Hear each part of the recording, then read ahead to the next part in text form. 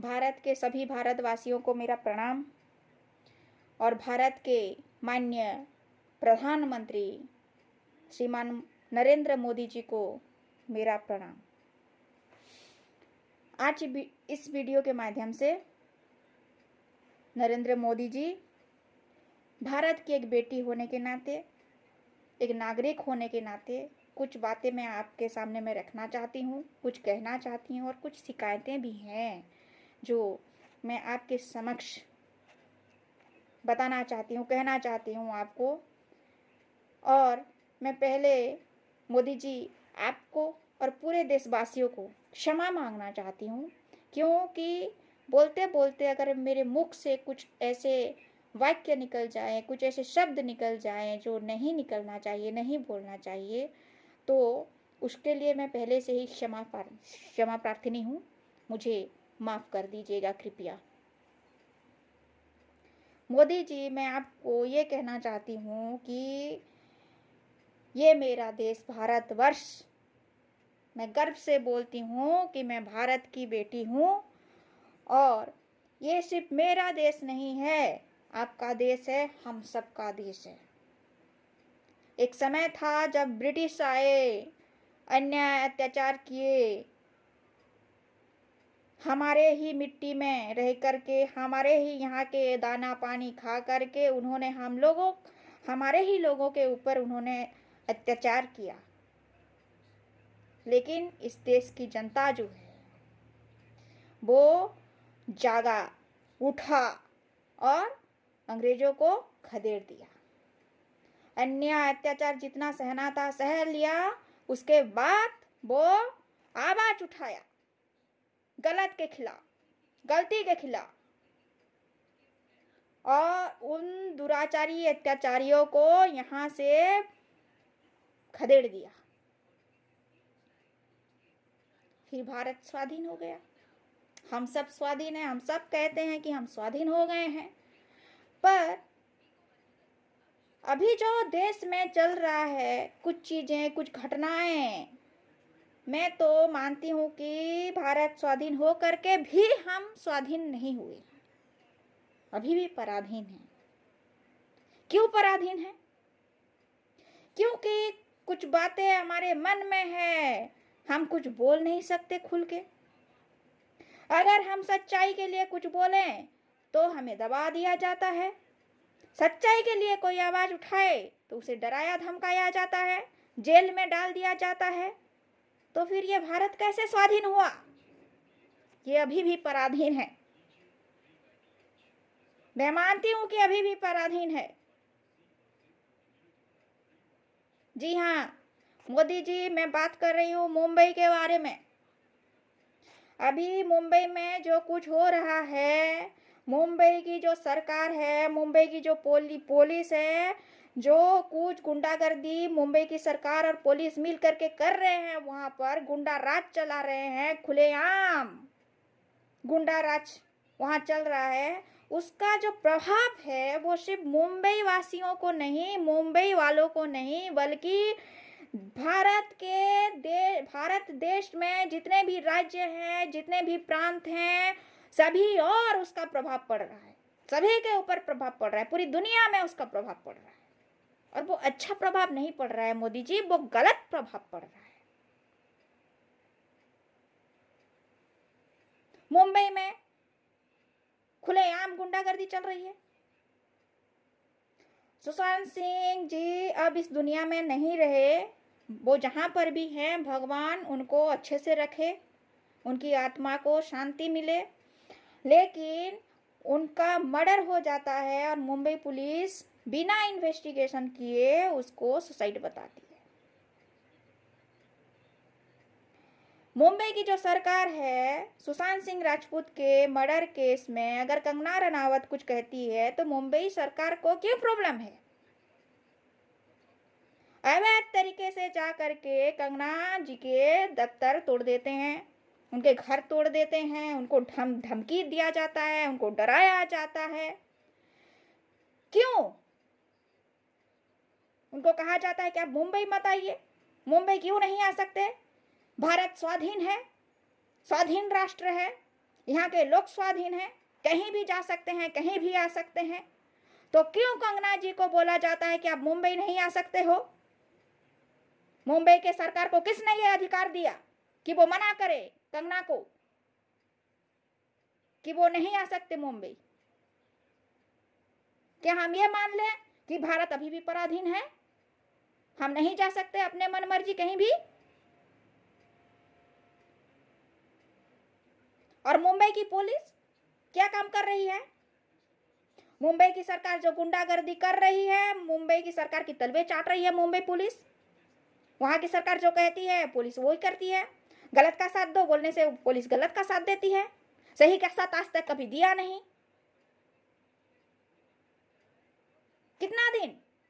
कितना दिन ये गुंडागर्दी चलता रहेगा और जनता जो है वो सहती रहेगी। मोदी जी, मैं आपको रिक्वेस्ट करना चाहती हूँ कि भारत माँ जो है, माँ भारती, शायद ये मौका दिया है अभी कि भारत में जो गंदगी फैली हुई है, ये मौका है आधी गंदगी को साफ करने का। जिस तरह से अभी सामने में आ रही है सुशांत सिंह के मर्डर केस में, ड्रग्स के मामले में जो सामने आ रही है, और जिन लोगों का नाम भी अभी सामने आ रहा है, इससे पता चलता है कि कितने सालों से, कितने वर्षों से, कितने दिनों से ये कारोबार चलती आ रही है।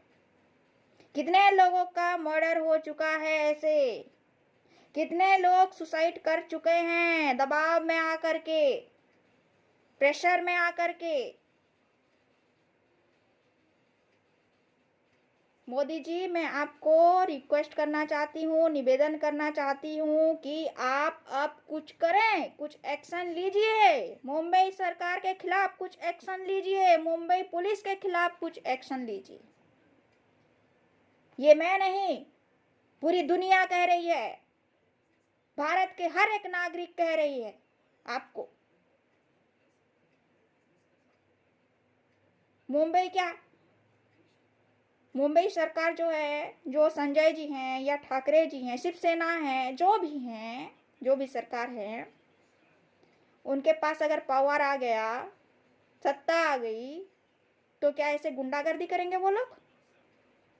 इसीलिए पब्लिक ने उनको नेता बनाया है, इसीलिए पब्लिक ने उनको इतने बड़े पावर में रखा है, ताकि वो लोगों को डराए, धमकाएं, लोगों का मुंह बंद कर सकें।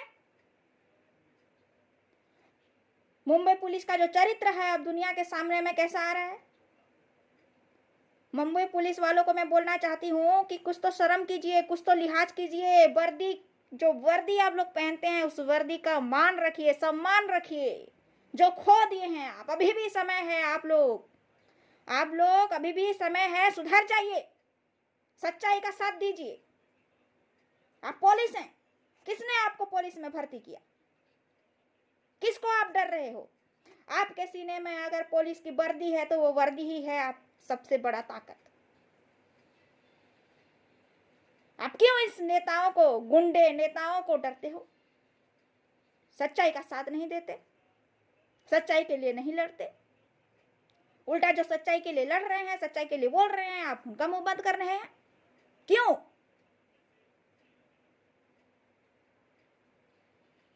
किसको बचाना चाहती है मुंबई पुलिस? किसको बचाना चाहती है मुंबई की सरकार? मैं बोल दे रही हूं, जिसको भी मुंबई की सरकार बचाना चाहती है, मुंबई पुलिस बचाना चाहती है, वो पूरी दुनिया को पता चल रहा है। हिंदुस्तान में जितने भी हिंदुस्तानी हैं सबको पता चल रहा है। उन गद्दारों को बचाना चाहते हो आप लोग, जो भारत में रह के भारत के साथ गद्दारी करते हैं, हिंदुस्तान में रह के हिंदुस्तान के साथ गद्दारी करते हैं। उन गद्दारों के छत्र छाया के नीचे आप लोग हो। उनके पैसों से आप लोगों का जेब भरता है क्या? इसीलिए आप उन लोगों का साथ दे रहे हो। अब भारत बदल रहा है, भारत के लोग बदल रहे हैं, उनका सोच बदल रहा है। वो किसी से नहीं डरती, भारत की जनता किसी से नहीं डरती। सच्चाई के लिए लड़ेगी, आवाज उठाएगी। यहाँ रह के, यहाँ का दाना पानी खा के, यहाँ के लोगों के साथ जो गद्दारी कर रहे हो आप लोग, वो अब और सही नहीं जाएगी। भारत में सभी लोग, जितने भी जनता हैं, सब अब प्रश्न उठाएंगे, प्रश्न करेंगे, क्वेश्चन करेंगे। सुधर जाइए मुंबई के सरकार और मुंबई की पुलिस, आप लोग सुधर जाइए। जो कुछ कर रहे हैं आप लोग सही नहीं कर रहे हैं, और आप जो गुंडागर्दी कर रहे हैं उसका प्रभाव जो है बस मुंबई में नहीं, सभी राज्य में, सभी क्षेत्र में उसका प्रभाव पड़ रहा है, जो अच्छा नहीं है।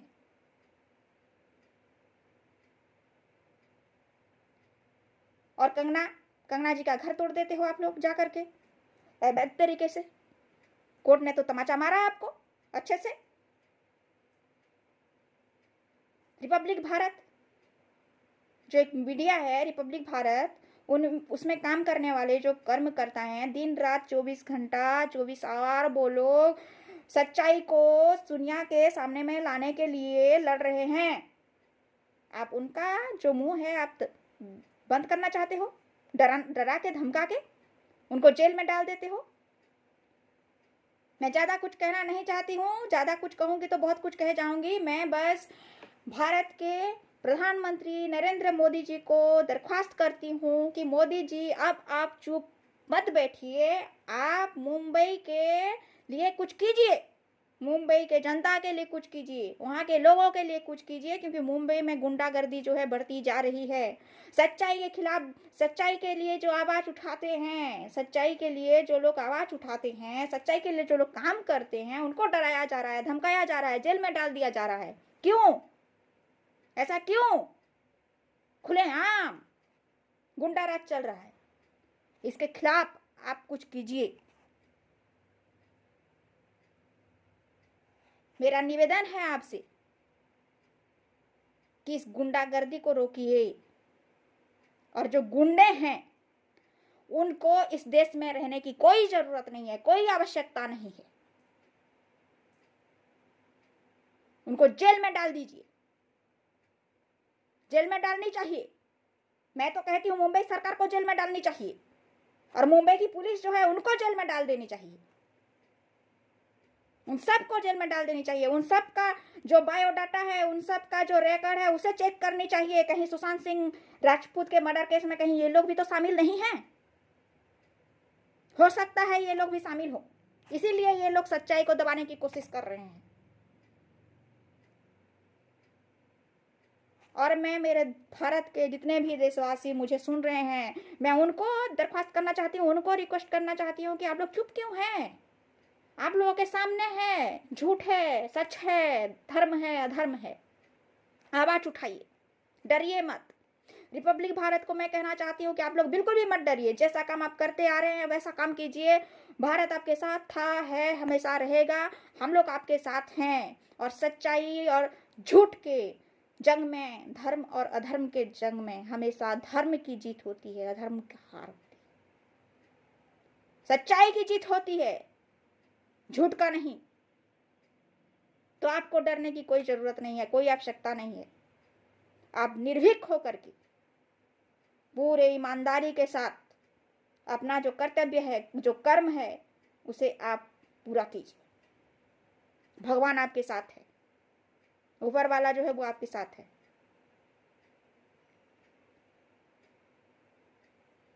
और देश के सभी जनता को मैं कहना चाहती हूँ, ये जो बॉलीवुड माफिया हैं, जो बॉलीवुड माफिया हैं, जो अब चूहों के जैसे बैठे हुए हैं दब करके, अब ये बॉलीवुड को पूरा बॉयकॉट कर देना चाहिए, पूरा बॉयकॉट कर देना चाहिए। कोई बाहर से जाए मुंबई अपना करियर बनाने के लिए और कुछ अच्छा कर जाए तो उसको आप लोग अपने रास्ते से हटा देंगे? क्यों? किसने दिया है अधिकार आप लोगों को? बड़े बड़े स्टार हो आप लोग, कुछ भी कर सकते हो, ऐसा नहीं चलेगा। अगर हिंदुस्तान में रहना है तो हिंदुस्तानी बन के रहो,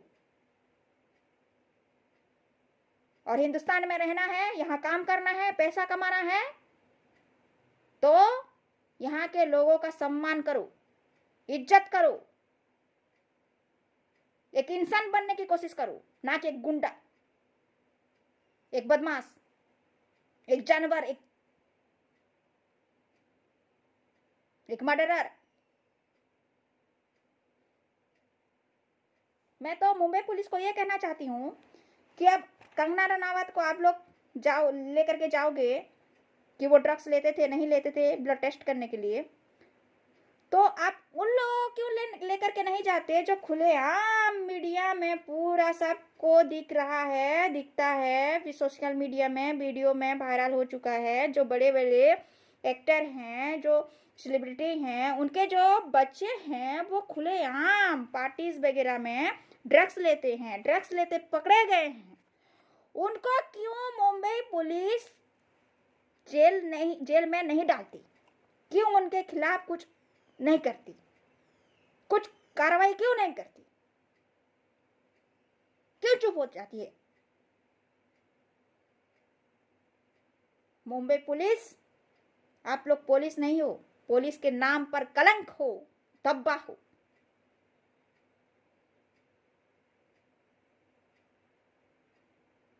मैं मेरे देश के प्रधानमंत्री श्रीमान नरेंद्र मोदी जी को और मेरे सभी देशवासियों को अनुरोध करती हूँ, निवेदन करती हूँ कि जो सच्चाई है और जो लोग सच्चाई के लिए लड़ रहे हैं उनका साथ दीजिए, उनका सपोर्ट कीजिए और गलत के खिलाफ आवाज उठाइए।